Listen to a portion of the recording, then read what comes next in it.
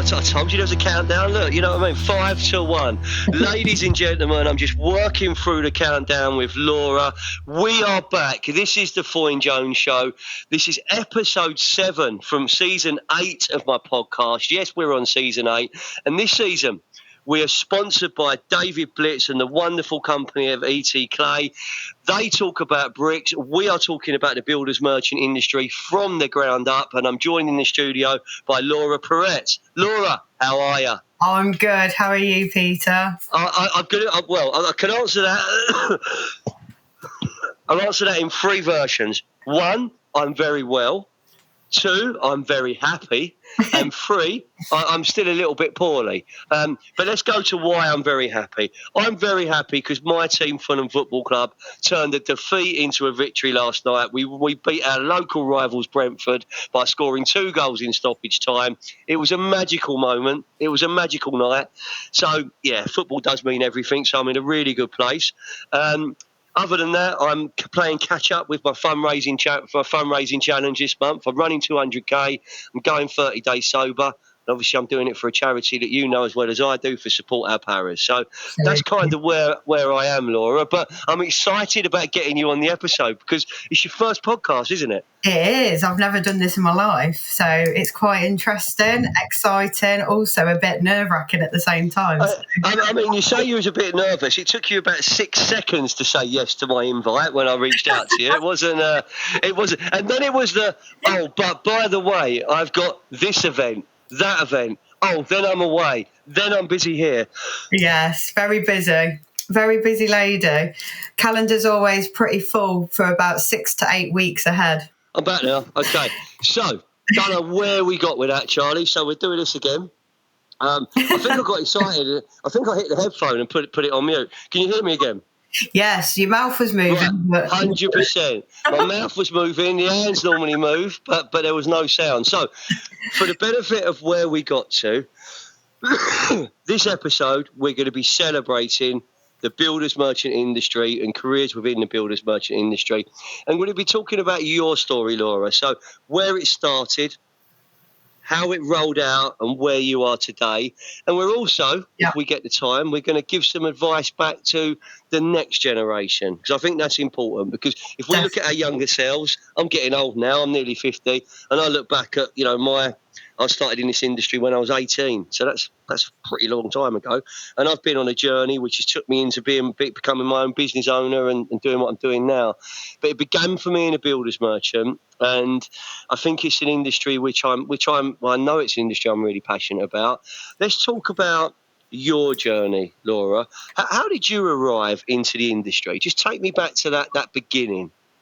Well, interestingly, it was what a lot of people say, really. I fell into the industry. It's what everybody always says. Yeah. I was the ripe age of 21, and it was the last recession, 2008, when the industry in general came crashing down.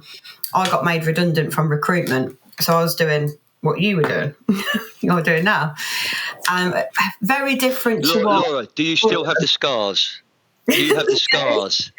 Yeah, you do. It's a mad industry, but it wasn't in the construction side. It was very much logistics and picking, packing for warehouse. So employing groups and masses of people from different ethnic backgrounds to come and do that mundane job, really, like picking and packing and loading wagons.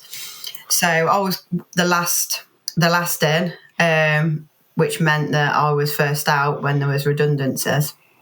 I literally applied for, I would say, about 90 jobs. 90? Yeah. And I was young, so there was not like, normally they employ the young people, but again, it was always like, you need experience in this, you need experience in that. And it was always that frustration of, how can I get experience if I can't have the opportunity? Yeah. I got offered 2 jobs eventually. It took about a month. And one was in recruitment again for Jaguar Land Rover, going that side of the fence, or going to geosynthetics in Hinckley, is where I started in the industry.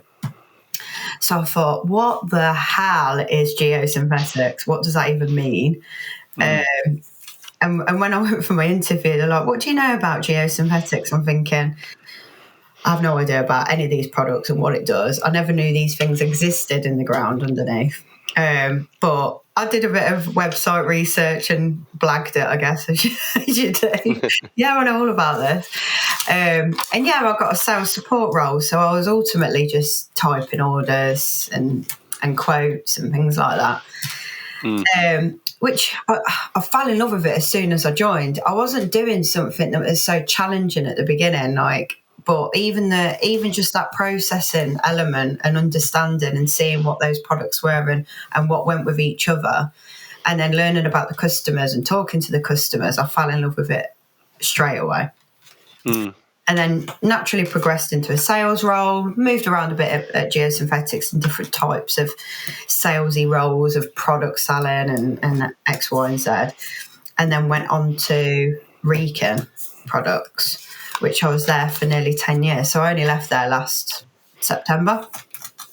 That's the brand that I associate with. Yes. Forget your current role, but that's where I associate you with for that, because that's the serious. Like, that's a big part of your life, isn't it? As well as your career. That's a long time for anyone. But I've got to go back before we explore your role there. I've got to go back to 90 jobs. You what, sorry? You're applying for 90 jobs. 90 jobs, yeah. Literally.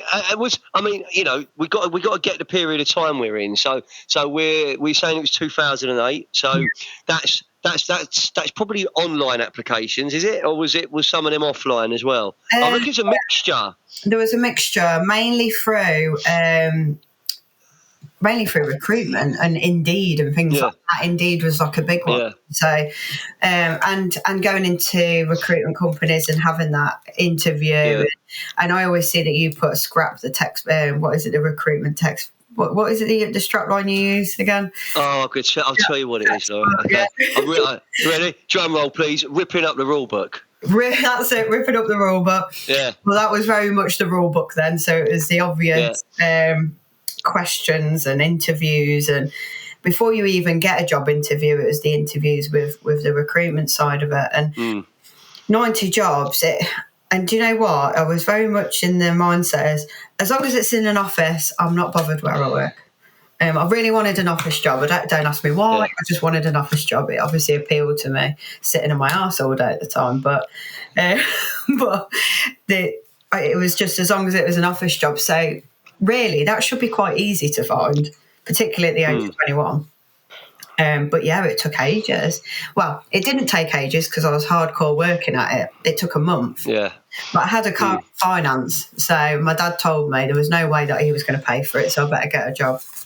Yeah, see, that's real parenting. That's what I like. Exactly. You know, I mean, that's how I parent my boys. You know, they'd say that's not. Daddy's a soft touch, probably. I mean, I'm saying daddy's a soft touch. They're both bigger than me, you know. So it's interesting. But it is that reality though. When you know, I remember being buying my first property. You know. Before I was 20, and then having the responsibility. It was my nan's property. I bought it for her, so having that, and then Harry was born when I was 23, and getting my first mortgage, you know, and all that kind of, like, you're not a kid no more, and you're kind of growing up, and you're trying to. So I went from being still quite young and carefree as a young rep to I'm now a young dad, and I want to get married, and I want to get a property, and then everything suddenly becomes real. But I stayed employed. You had to battle through that adversity of actually losing a job and starting a new career, and that took you to the world of geosynthetics, as you said. It did, yeah. That's it, and that's where I fell in love with the industry immediately. Yeah. What is it? What was it that grabbed you the most about the industry? I don't think, and nobody really understands this industry until you're in it. You try and explain it to everybody, and they're just like, yeah, but it's the people. I feel like we're our own breed of people that are so welcoming, friendly, and sociable for sure. We all want to chat, we all want to have a good time, but we also want to get the job done. And I think it takes that type of person to be in this industry. And I think what you do, you find friends for life as well. Within work, people say, oh, they're work colleagues, they're not friends. In a lot of industries, but I think a lot of people can honestly say that they've found friends for life within this industry. Yeah, I would disagree with that. I think there's, I'm still really close to people that I worked with when I was 18 years of age, people that I worked for when I was 20, 21, 22, I still call boss.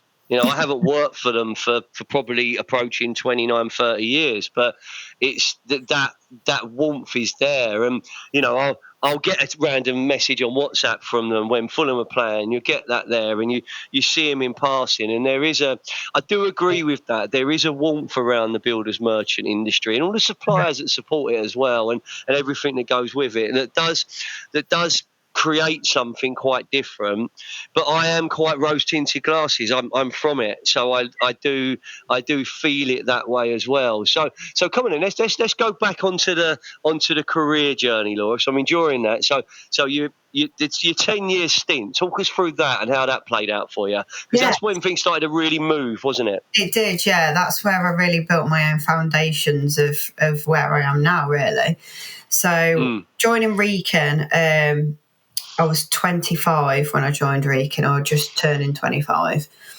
And it was really like the Recon's brand has always been manhole covers and frames. And they were really like, they were doing the geo side of the business, and they wanted someone from that background to really come along and drive it and bring more products to the market and get that brand spoken for within that side of the business.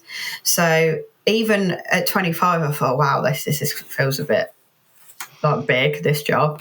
But really, I was internal sales, and I was like the go-to girl in the office of, oh, where do I go for this? How do I price this? What do I do for this? How's this system working? Invaluable. Like, the priceless. Yeah. Priceless. Every business needs a go-to person. Yeah. That go-to person was Google before Google. That's how important you become. I have a go-to person in the Foyne Jones empire called Holly Spring. And, that's without Holly, the business falls apart. People think it's me, but I'm just the front of it. But behind the scenes is where the magic happens. She's over there. Look, she's over there. She's giving it all out. She's over there. She's over there looking at me. Look, she's over there. People listen to this on iTunes, Laura, will have no idea what I'm doing where I'm looking over there and there where I'm recording. But it's good to be a go-to person. So that was the internal sales role. Yes. Yeah? So what was the next step from there? Yeah, that really built the confidence. And we all have our own self-sabotage, don't we? And imposter syndrome. So I think that's what really started to build my confidence. And actually, I do know what I'm talking about here. So that helped in personally as well. And then it went on to building a team within Recon. So I was in like an office manager type role for that sector. And then I went on to a hybrid role where I was doing the management of that, also going out on the road and visiting our key customers and getting that experience out on that. And originally first going out with someone and with my boss at the time and then thinking I'm just shadowing and this is a great day out and I'm just watching and learning and this, that and the other. And then the third meeting comes on, right, you're doing this. And it's like, oh my God. Absolutely like crapped myself, pardon the. And, but I think like that for me personally, I have to get thrown into it because if I don't, particularly with my side of ADHD and all that, if I don't get thrown into it, I'm just literally sitting on there thinking, oh my God, what am I going to do? And I'm on a need to know basis. That was really where it started. And then COVID happened. And then within COVID, I was told that I was going to be doing an external role. And I thought, well, how? And then naturally, like, oh my God, I'm losing my job. They're going to get rid of me. They're just putting me in this role because they were like, oh, well, we're going to make that role redundant. Da, da, da, da. Anyway, that's where really my foundations of then externally speaking to people, knowing people for years over the phone and email, to then really getting to know people on a face-to-face value was then. And it was all through Teams, doing back-to-back Teams, 8 or 9 meetings a day, constant. And when they said this Zoom, whatever that you're more tired doing that over Teams all day than actually going out in your car and driving 300 miles and doing 5 meetings in a day. So it was absolutely exhausting, that. But that kind of built it's hard to build relationships over Teams, but we managed. And then went out on the road with Reekin, and then it was a national role in that side of things, doing everything to do with the Reekin brand, whether it was geos, iron, steel, the whole, and naturally being like the face of Reekin, then going to every single event and doing it, which was great because I love events. So it was like, I'll go to everything. We're going to come onto your social networking and your events attendance and your out there personality, because I see you everywhere. You're there, and we're going to come onto that in the second half of the show when we talk about the industry itself as well, because I think that everything you said something early on, and it resonated with me so much. And you said you fell in love with this industry because of the people, and I don't think there can be more of a powerful word spoken. And do you know what? You're an example of what can happen to a person, a good person. You come into a business in an entry level role, a manufacturer that supplies the builders merchant industry, key products. You work your way up. You join another business in a internal sales capacity. Battle through the pandemic like we all did in different ways. We had to pull different strokes. It would be difficult to own a business like mine during the pandemic. It's difficult for everyone. You've come out the other side in an external position, and you've made that happen for yourself. Now, there's that drive and determination is something which will stay with you all the way on the journey. So never be afraid. I don't think you are, but never be afraid to shout about it as well and show it off, because it's great. It's great to not. There's not enough success stories celebrated.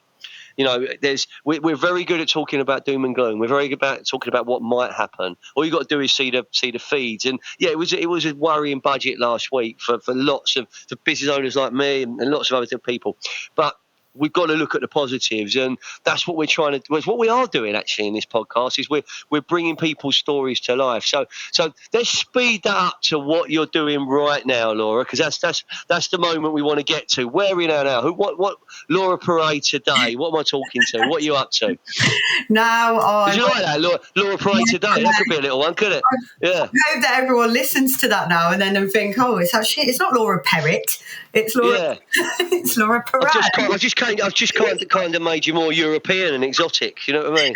Yeah, well, I think there's Italian in the blood, so we'll go with that. There you go. Ciao, grazie. Prego. Oh, I've no idea what you just said, but I went to Sicily last month, so I picked up your welcome and hello and goodbye, and that's about it. Oh, okay. The usual of how to order a beer. Yeah. The key.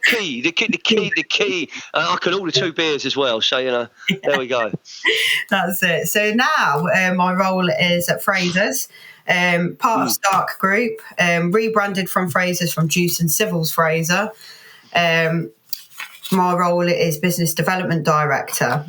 So within that role, I am looking after 2 major sectors that are in our solution providing focus. So that's the geotechnical, which is where I started and what I've always done, and stormwater management, which has been a part of it within the geos that I've grown to do as well. The key focus really is building that strategy, working with the suppliers and supply chain and our commercial side, working with our internal colleagues, business development managers on the road to really drive those 2 sectors that, along with the other sectors that we are focusing in the business, are imperative going forward in the growth of the construction industry.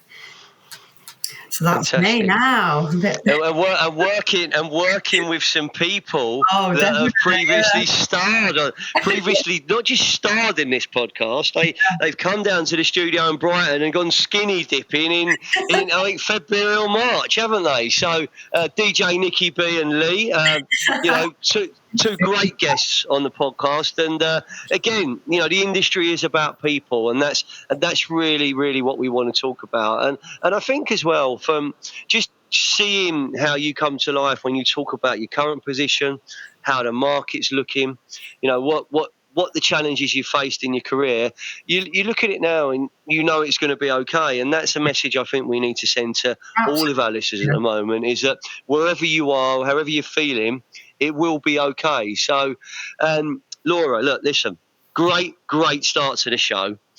We're going to take a break now, but when we come back from the break, we're going to talk about the power of networking, all right? Because you've teased us on that. We're going to talk about the power of networking. We're going to talk about females, women in the construction industry, because I think that's something we should put front and centre and stand up and champion that.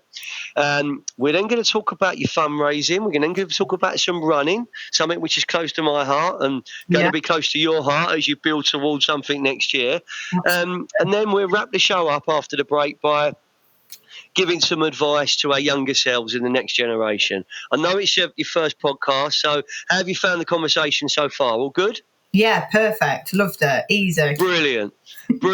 It's got to be easy. It's got to be enjoyable. And you know what? I want the story to be something that the listeners are going to go, I want someone to say, I want to have Laura's job one day, or I want to go back in that journey, or perhaps, that was a good point, but I look at it this way and that way. But let's get the conversation going. So, listeners, we will see you after the break. I'm going to get a glass of water to try and sound a little bit more human. But did I mention, Laura, Fulham did beat Brentford last night, turning a 1-0, losing 1-0, scored 2 goals in stoppage time. What a moment! In that brief, what a moment! At least twice. I'll just get it in now, because this is going to go to air in a few weeks' time, but I'm still going to be talking about it then, so it makes absolutely no difference. Some games of football are personal and they mean a little bit more. That was one of those moments last night. So we'll see you after the break. All right? Thank you.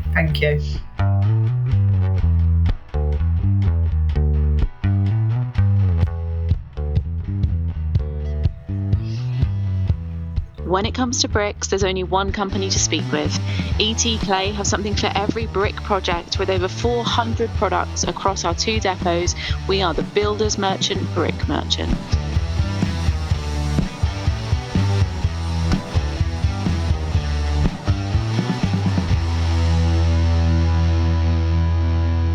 Once again, I want to say thank you to our sponsors, ET Clay. Without our sponsors, we don't have a podcast. And without our special guests, we do not have a show. Laura, your story's actually been inspiring. You've taken it, you started from where you told us where it started, and you've taken us to where it is now.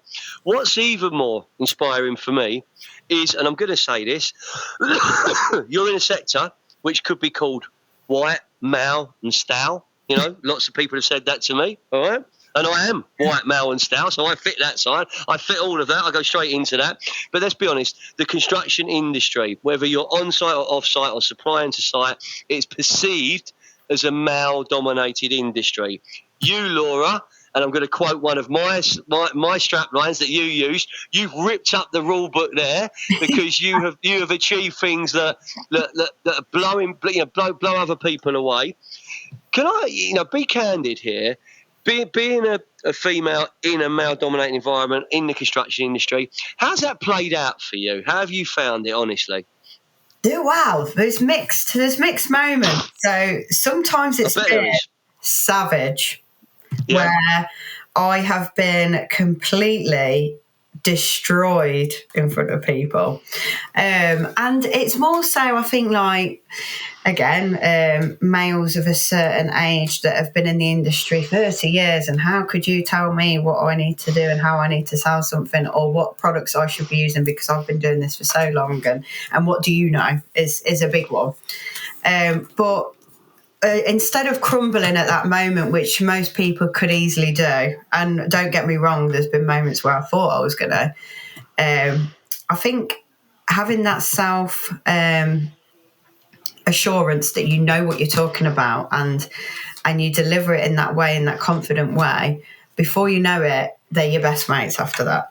And I've found that the people that have been like that with me over the years are really respectful towards me now.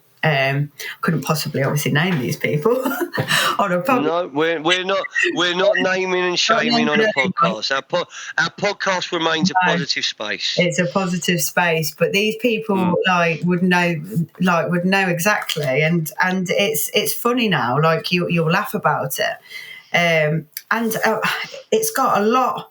It's a lot better than what it was when I first joined it. It's nowhere near how it used to be, and I think it's more. The more women are coming into the industry, but it used to be known as women coming into the industry just doing these administration roles, and that's what we were good at.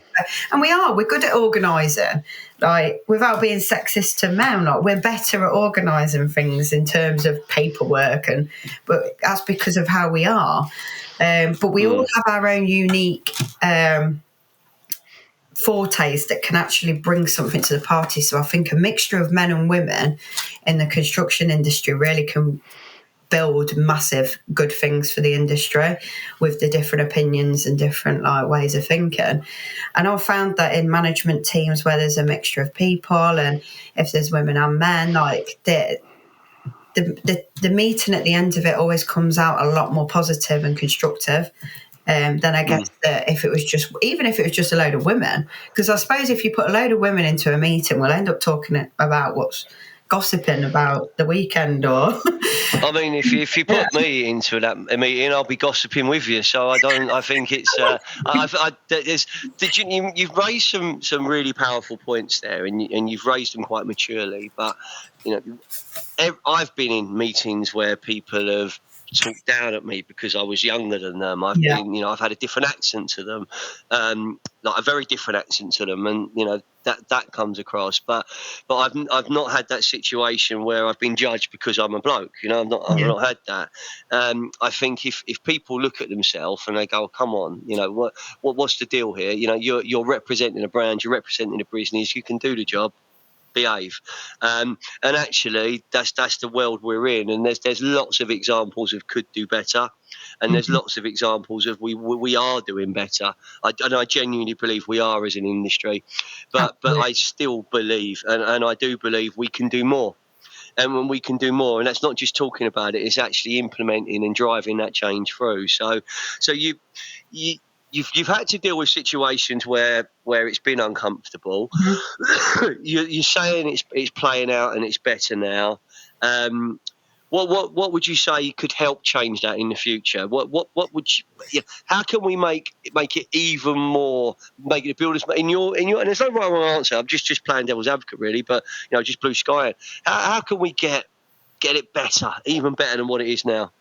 I think a lot of it is, and we've spoke about it before because we go to a lot of awareness programs and listen to a lot of speaks within Builders Merchant Federation. They're doing a massive piece on it, encouraging. But and to be fair, you see quite a mixed like women and male ratio there. Still slightly more males, but the ratio of younger people with male and female is a lot better.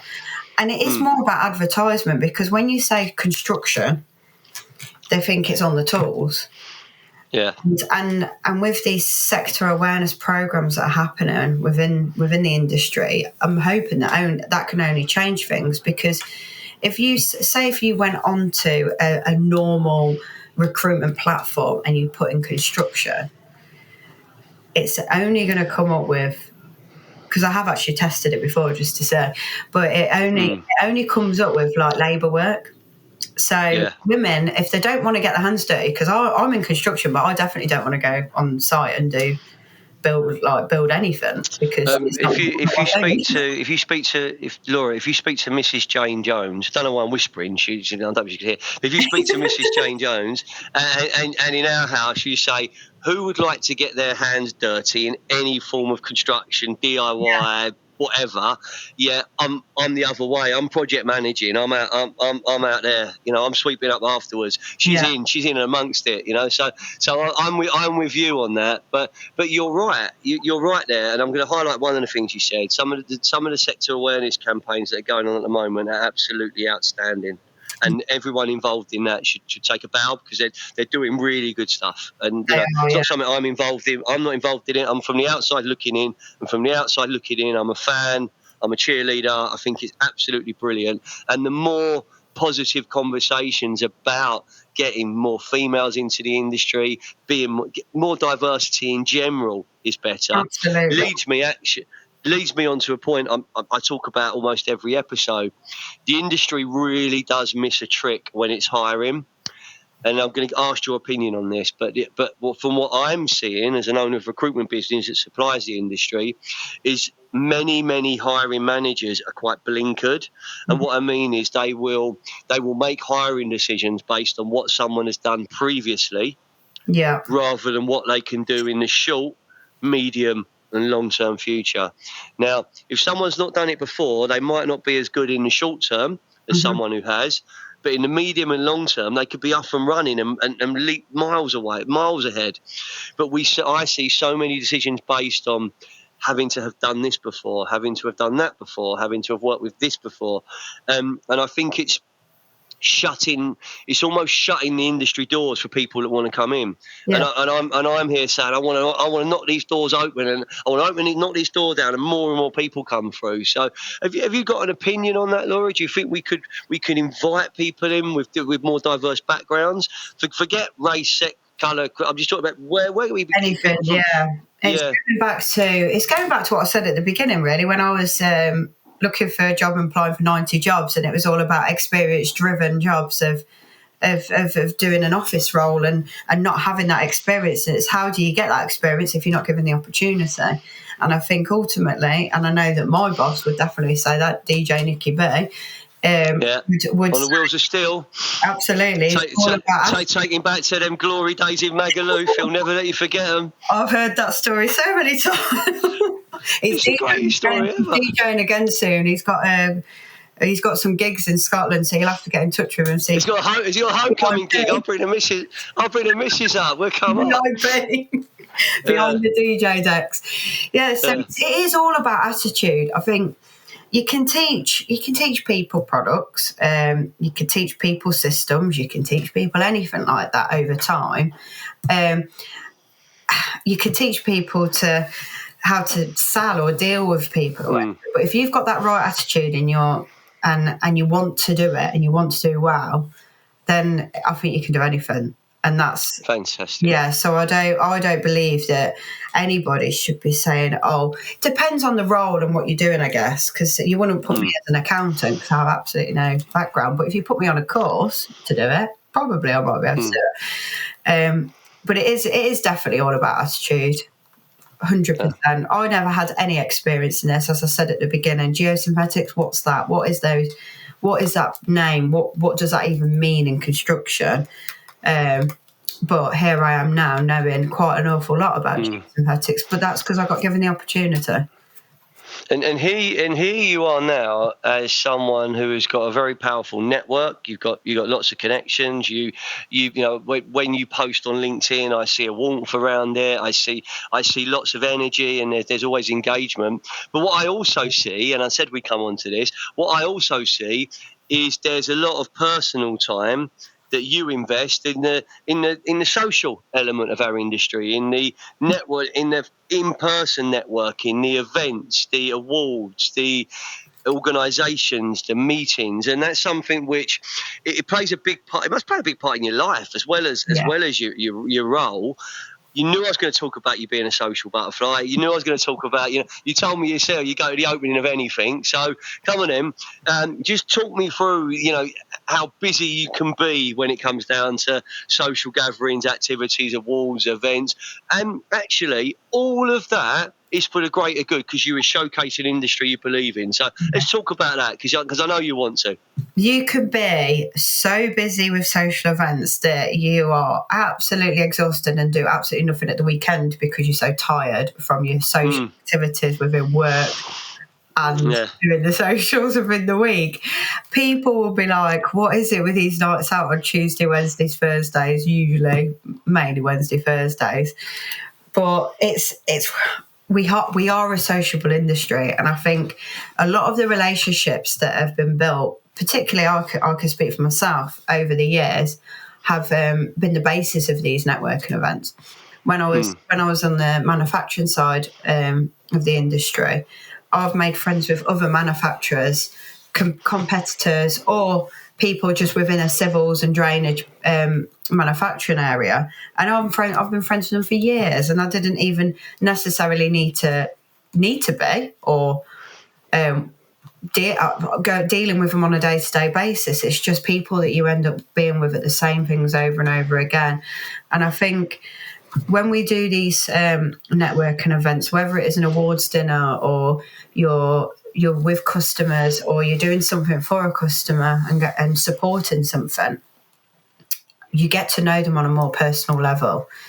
And it's not about what drink they like to drink and if you can drink it quicker than the other. It's none of that.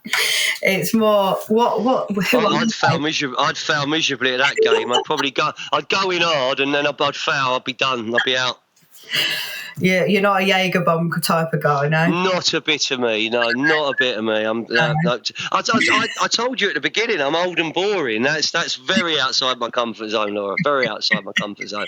But you do build those relationships a lot more differently than a professional sit face-to-face meeting. They are important, don't get me wrong, they are. But then when you go on that deeper level of having time with someone over dinner or even just dinner, it's the foundations of those relationships are lasting. Do you know what? Paul Bence, I recall the episode I did with Paul Bence, he spoke about the recent events for awards he was at, and he said that, he's been going there all of his life. It's something he's always done.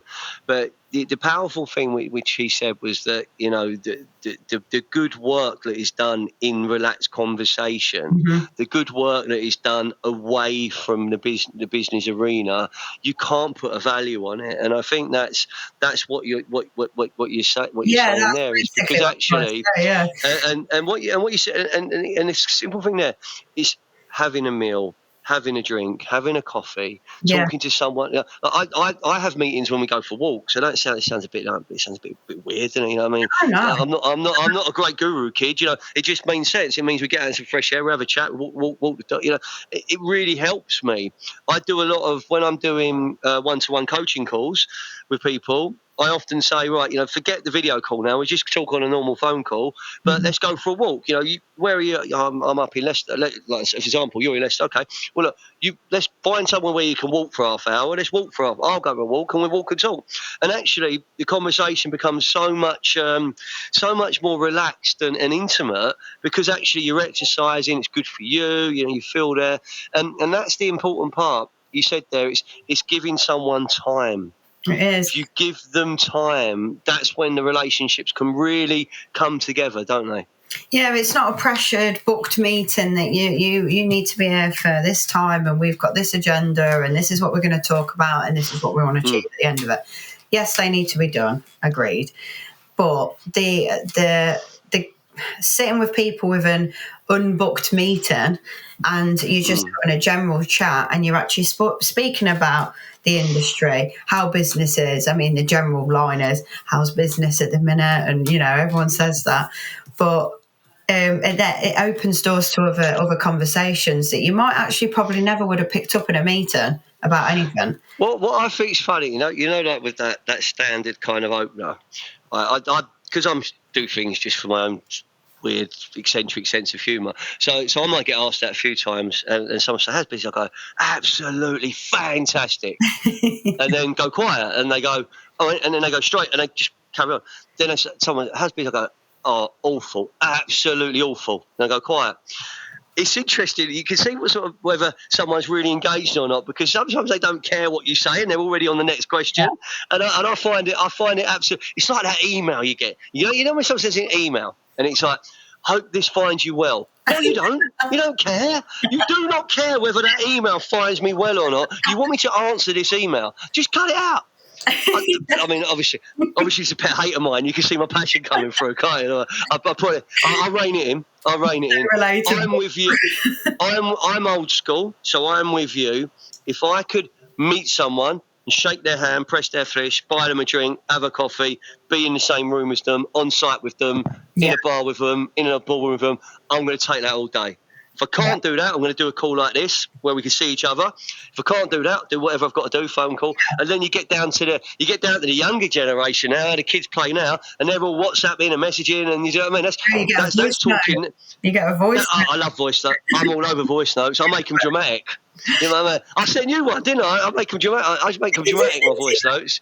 Yeah, because the thing is, you get 10 hope you wells, and you get a voice note from me going boom. You know, one's going to stand out. And you're the first LinkedIn voice note that I've ever received. So congratulations. Did you know LinkedIn did you know it had the feature?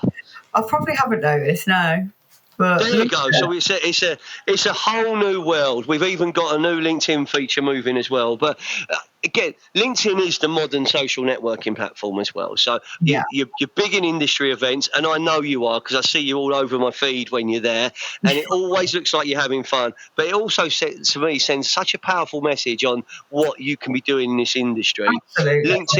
LinkedIn is another one of those untapped tools, and when I see that 95% of users on LinkedIn don't share any content, you think, well, what are you doing on there then?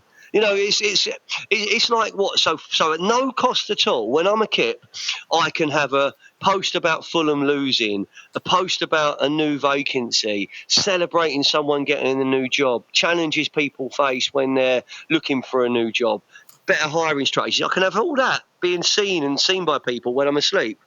Why wouldn't you use it? And if you take that into what you're doing with your business and what our listeners are doing with their businesses, everyone's got a story to tell. And that's what I think we need to be celebrating at the moment in our industry. So thank you for... Do you love it? Do you love LinkedIn? It's a great platform for that, LinkedIn. With sharing, like you said, different stories, whether it's industry related or relatable to somebody else personally. As long as people are not posting the picture of their dinner that they had that day, like Facebook. But do you know what though? I posted a picture of a fry up in a greasy spoon once, and it was my most popular post of the week. Really? You know, yeah. I mean, and it was earlier this year, and I you won't remember, but I had a double stress fracture. I'd done my foot.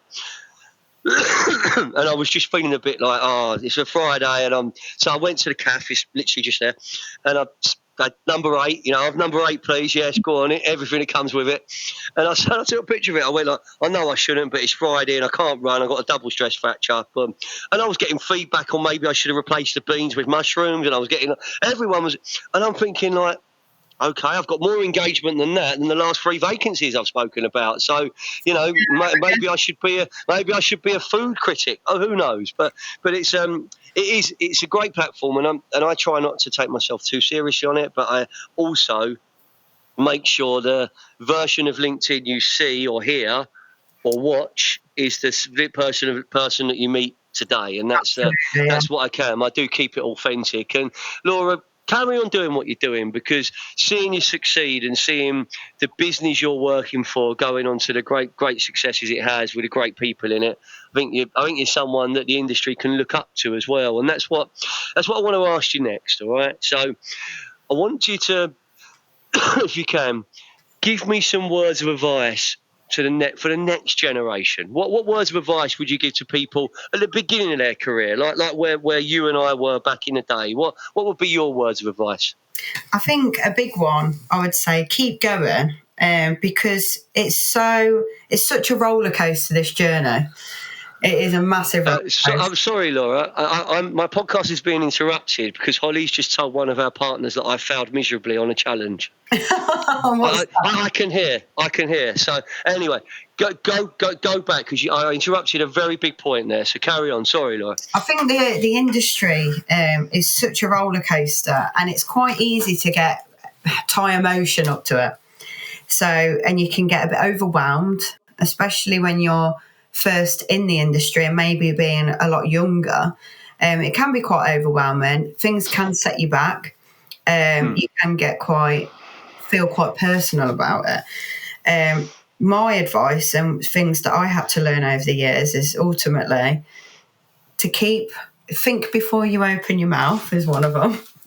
I think you can quite easily express your emotions in a fashion that could be quite direct or upsetting, but I think you can be like that in any industry, but this one particularly, things can get you back up, especially when you're trying to be so impressionable. And if you're a woman coming into the industry at a young age, it's be a sponge. Learn everything from everybody, even if you think that it's not relevant or you'll never need that, or it might not. Oh, I just sell these products, so I don't need to know about that. Or be a bit more open-minded. At the beginning of my journey, I used to be very much, I only want to know geos, that's my thing. In my reeking journey, actually, and I was always told to embrace the ductile iron, and I'd be like, why do I want to do that? But I did in the end, and that helped me shape into who I am now. And not because I was selling manhole covers, but being a bit more open-minded about product and things like that. So it's don't box yourself in and be a sponge. Don't box yourself in. Be open-minded. Be a sponge. And maybe keep your trap shut every now and then. Yeah, definitely. Right. I'm sure that you. I mean, my younger self would definitely agree. Well, if I was talking to my younger self, I would definitely have reined his neck in a little bit, because I was very. I mean, I'm still all systems go at my age now, but back in my younger days, especially as I was getting promoted, I kind of had that like invincibility cape, and then you realise that you're not, and you know. We have to deal with tough times, and I loved your roller coaster point as well, because there are god awful lows, but them spectacular highs are what we all get out of bed for. And I think the most important thing for me is that you've got to enjoy what you do. And I say this to so many people who are in job seeking situations: like if you're genuinely unhappy, change it. Change it. You haven't got to change it today, but you could get a plan in place to change it. I'm not saying I quit and walk out and then not be able to pay your bills. I'm saying think about how you can change. Think about what you want to do. How can you build relationships in the areas you want to move into? How can you grow your network so that if you do reach out to that sector, people are going to welcome you in. They're going to know who you are. Then as and if a job happens, you're going to maybe be well received. So there's lots of short, medium and long-term strategies there. But the most important advice from you there, Laura, I think is what you said. It's be open-minded, learn, listen, take a breath, and believe in yourself. That's coming through from almost everything. That leads me fantastically, talking about believing in yourself, to how I want to finish the show, because I want to champion something that you're doing. I'm going to make a pledge to you as well, all right, at the end of it. But you are going to be doing something very special next year for a very special cause. So please tell my audience, listeners, network and connections what you're doing. Because I want to end the show on this because it's that important for us. Yeah, so I am in for doing the London Marathon 2025. Bing! Which is massive, right? Absolutely massive. The longest I've ever ran is 10K. Yeah. So. You just got to do that 3 more times and you'll be there. Three more laps. Easy. Yeah. 3 more laps, that's it. I've done it. I've ran over the years, but not to that distance and not to that like that capability either. But I will do it because I am mind over matter, and I've shown that through my career journey. So I'm going to put that into play in a physical aspect and do it. So the charity I'm doing it for is MND. And I do have a page. It's on my LinkedIn, and I'd love it if anyone could sponsor that. It's for a great cause. It's a cause that's close to my boss's heart. Promised to do it for anything big for him, and that's where we are. It's a fantastic charity. One of my closest friends, Graham G-Man, we called him. He sadly lost his life to motor neuron disease. He was an older lad. He was 10, 12 years older than me. He always looked after me on the football terraces. Just a real gentleman. And I'll never forget the day. Fulham were playing in QPR at Shepherd's Bush, and it was a Sunday match, and he was outside a pub on Uxbridge Road or Goldhawk Road, And he said, Jonesy, like, I need to talk to you. And I'm like, all right, mate, what's happening? He said, I've had some really bad news. And I said, what is it? And he said, I've got this. And I'm like, I'm be honest, I didn't even know what it was. And he's like, yeah, it's pretty bad. And when I worked out what it was, I'm like, are you joking me? This is a guy with, working guy, labourer, builder, tradesman all his life, young family, well, got daughters. And, just watched him waste. It was watched him waste away. It was one of those most heartbreaking, most those heartbreaking things to see. I was proudly enough to be invited to his wedding, because he married his partner. There's some real emotional parts of it, but that's when I became aware of the disease. Yeah. And with Rob Burrow and stuff recently, it's got even more in the news. But fair play to you. It's a magnificent charity. So what we're going to do is Foyne Jones will be making a donation. Peter Raymond Jones will be making a donation. When you get in the build up towards the London Marathon, it all gets exciting. I will be sharing across all of my connections to help you raise as much money as I can. And I'm not saying I'm an Olympic coach or anything like that, but I do a bit of running. So if you ever need any advice on how to go from 5, 10 to 40 to the marathon distance and how to shape that training, just reach out to me, because I can give you some real world advice, not what the coaches say. I can say, look, this is how you got to do it. You got to you got to get through this, because it's going to hurt. I'm not going to. I can tell you how it is, but actually, if someone tells you that and you do it, and out there and do it, and well done, great calls. We will be behind you. All right. Thank you so much. In return, Laura, and you help, you support. You know how much Parachute Regiment means to me. I saw them amazing photos of your granddad. Do you remember we was messaging last year, and I was like, wow, he looks like a lad. Peter, he was a lad. Here's my son. He's passing out, And it was, but it's obviously, it's Remembrance Sunday coming up soon, so it's a big month for everyone who served, for those who served. I raise money for Support Our Paras. I'm a little bit behind schedule, but I'll be sending you my link if you can. If there's anything you can do to support in return, that would be brilliant. But we are 100% behind you and your running. And I've got to say this. I want to end the show by saying this. I think you're an example of what the manufacturing industry and the builders merchant industry can offer as a career. Someone who started at a junior level, it's fair to say. Yeah, 100%. It is, isn't it? And has moved to a senior level and is enjoying every aspect of it. Whether that's a Tuesday night social or a Thursday night site visit, you're the face of the industry. You're working for a fantastic brand. You're working for fantastic people, and it's been, Laura, a fantastic podcast.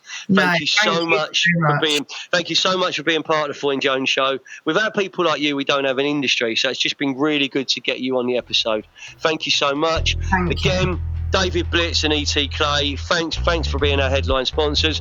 We'll see you next time. That's the end of the show. Yeah, thank you again.